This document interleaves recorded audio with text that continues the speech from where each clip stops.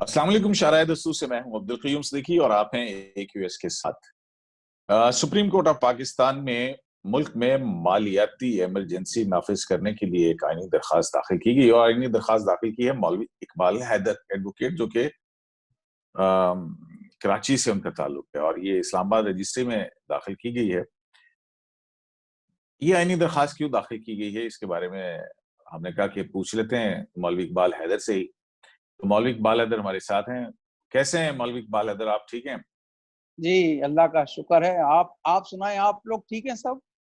जी हाँ, मैं बिल्कुल ठीक हूँ। आपका क्वारंटाइन कैसे चल रहा है? क्वारंटाइन बिल्कुल आइसोलेट हुए हैं सारे के सारे, सेल्फ आइसोलेशन चल रहा है कामयाबी से। अच्छा, तो कि ये जो आपने 1843 के तहत दरखास्त दाखिल की है, क्यों दाखिल की है?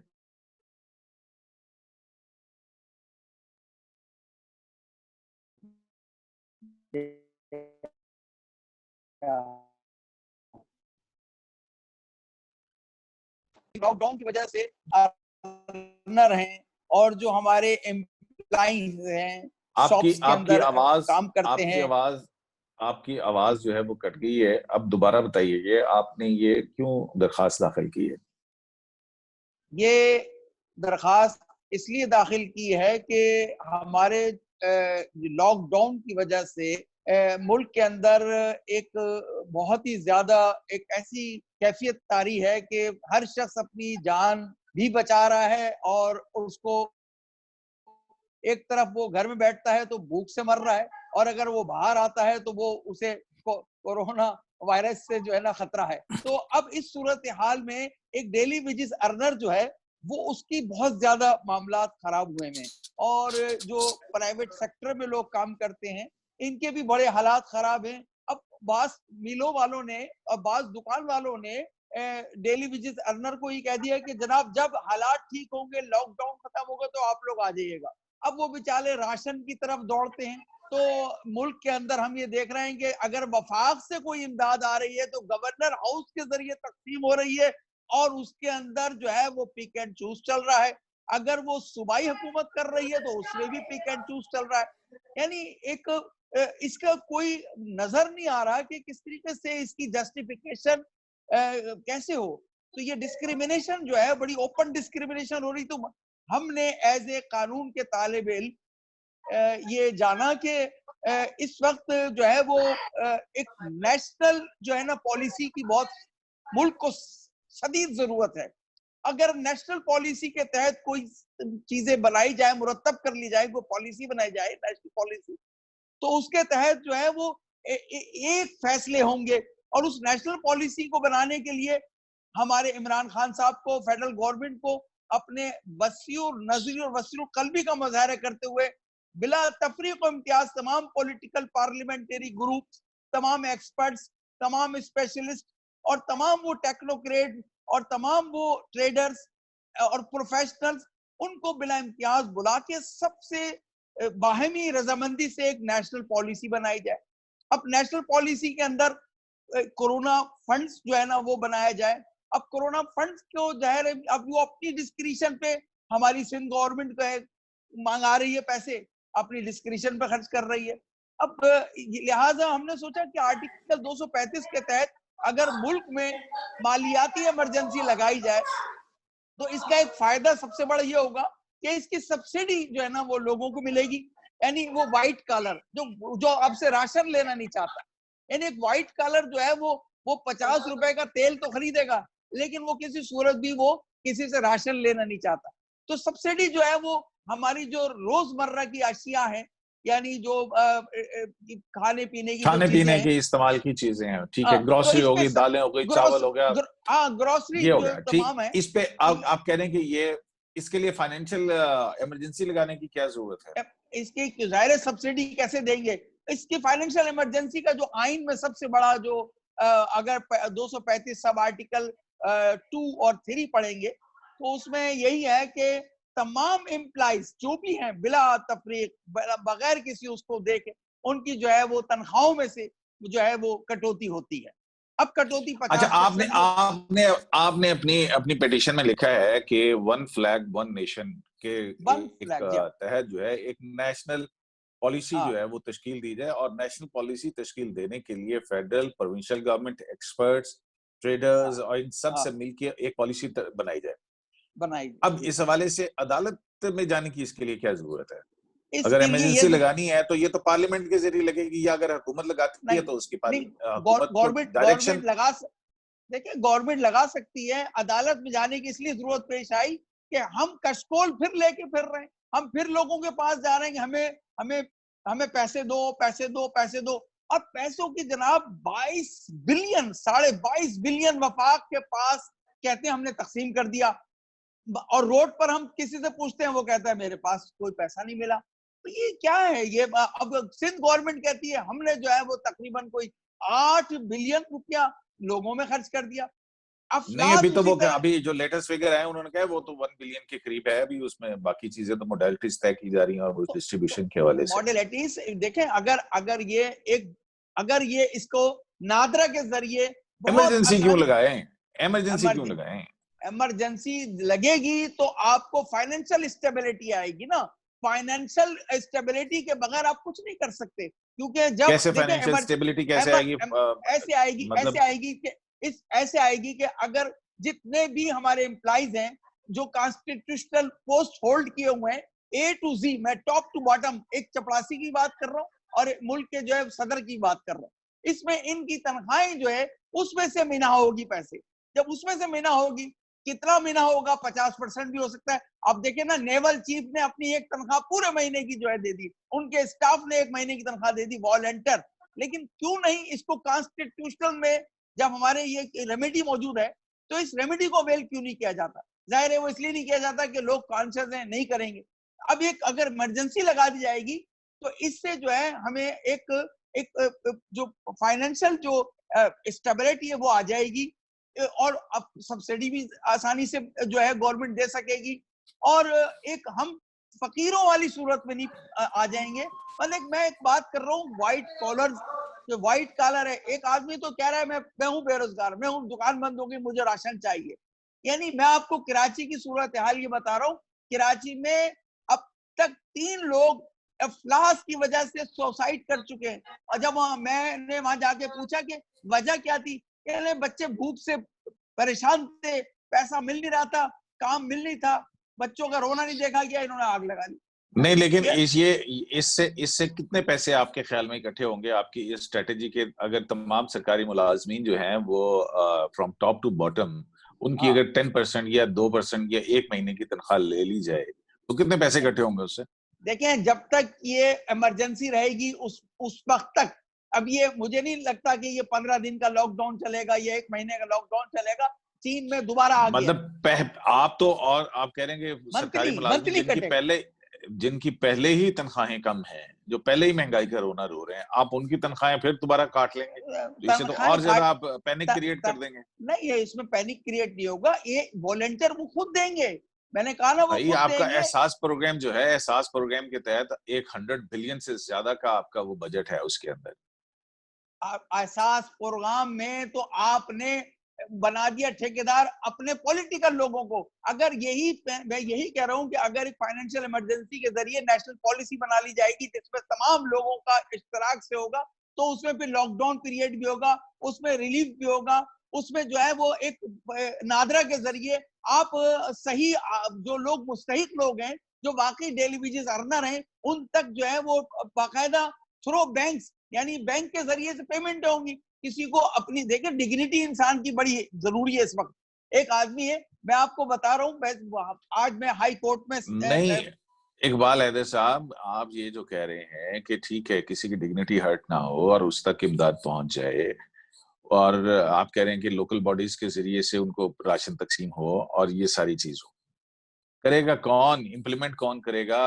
एग्जीक्यूट तो आप देखें इसके लिए आप हुकूमत हुकूमत ही ने करना है ना आगे, या फेडरल गवर्नमेंट नहीं, करेगी हुकूमत या प्रोविंशियल गवर्नमेंट करेंगी। सब कॉन्स्टिट्यूशन जो ज्वाइंट है उसमें फेडरल गवर्नमेंट पॉलिसी देगी, इम्प्लीमेंटेशन जो है वो तो आपकी सूबाई हुकूमतों ने करनी है। ज्वाइंट ये लोग ज्वाइंट कैसे वेंचर ये, ज्वाइंट देखिए ज्वाइंट वेंचर होगा, ज्वाइंट तो उसके लिए नेशनल कोऑर्डिनेशन कमेटी तो बना दी जिसका भी इजलास हुआ था। जारी नहीं, वो नुमाइंदगी हर आदमी की नहीं है। नेशनल कोऑर्डिनेशन कमेटी में उनकी अपनी अपनी नुमाइंदगी है। मैं यही तो कह रहा हूँ कि इस वक्त अगर वो इमदाद तकसीम हो रही है तो अपनी रिकमेंडेशंस पे हो रही है कि हमारा पॉलिटिकल वर्कर है, पॉलिटिकल वर्कर कहता है कि ये वो मेरा मुस्तहिक है। यानी ये बिला इम्तियाज, without any discrimination, caste, without any उसको उसके क्या नाम है, रंग नस्ल के। सुप्रीम कोर्ट क्या करेगी उसमें? सुप्रीम कोर्ट क्या करेगी फिर? उसके बाद क्या करेगी? सुप्रीम कोर्ट नेशनल पॉलिसी के लिए जो है वो ये हिदायत दे सकती है। सुप्रीम कोर्ट की ये डोमेन में है। सुप्रीम कोर्ट एम्पावर्ड है कि वो ऑडिटर जनरल पाकिस्तान को जो है वो नामजद कर दे। उसमें मैंने फरीक बनाया ऑडिटर जनरल पाकिस्तान को, नादरा को फरीक बनाया है कि सुप्रीम कोर्ट इस चीज को इंश्योर करेगी कि इमदाद जो है वाकई मुस्तहिकीन तक जा रही है, इमदाद के अंदर खुर्द-बुर्द नहीं हो रही है। यहाँ तो इमदाद में खुर्द-बुर्द हो रही है। यहाँ तो जो है ये सैनिटाइजर जो है उसके ठेके दिए जा रहे हैं, मास्क के ठेके दिए जा रहे हैं, अपने अपने लोगों को ठेके दिए। ये हो क्या रहा है? ये आप देखें, ये हर अभी भी करप्शन उसी तरह से हो रही है। इमदादी प्रोग्राम में भी करप्शन हो रही है। तो अब हमें इमदादी प्रोग्राम जो है, हम एक आदमी को रोता हुआ देख रहे हैं, हम एक आदमी को तड़पता हुआ देख रहे हैं, हम जानते हैं। मैं आपको बता रहा हूं कि इस वक्त हजारों लोग ऐसे हैं जो इमदाद का 1 रुपया भी नहीं मिला, और हजारों लोग ऐसे हैं जो इमदाद के मुस्तहिक हैं लेकिन वो हाथ नहीं फैलाएंगे। वो आप देखें, मैंने सुप्रीम कोर्ट में वो अखबारों की कटिंग्स लगाई हैं जिसमें लोग लाइन लगाए हुए, और शाम को उन्हें जो है ये कह के जी अब आप कल आइएगा, यानी नंबर नहीं आ रहा। मौलवी इकबाल हैदर साहब, आपके बारे में तासुर ये है कि आप अपने तौर पे पिटीशनें दाखिल नहीं करते, आप किसी के कहने पे पिटीशन दाखिल करते हैं, और आपका खुफिया वालों के साथ बड़ा ताल्लुक रहता है। तो ये पिटीशन भी आपने अपने तौर पे की है या किसी और के जरिए? किसी ने कहा आपको?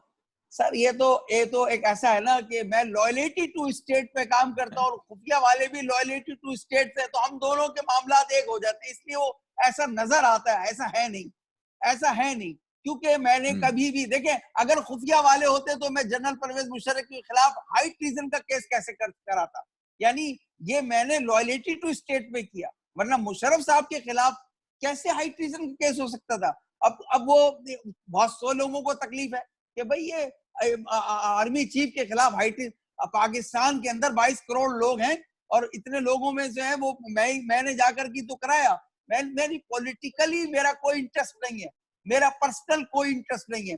मेरा पर्सनल इंटरेस्ट ये है कि वो एक कुरान शरीफ में आयत है ना कि खुदा ने कहा है कि जालिमों के साथ जो लोग खामोश रहेंगे उन्हें भी जालिमों में शुमार किया जाएगा।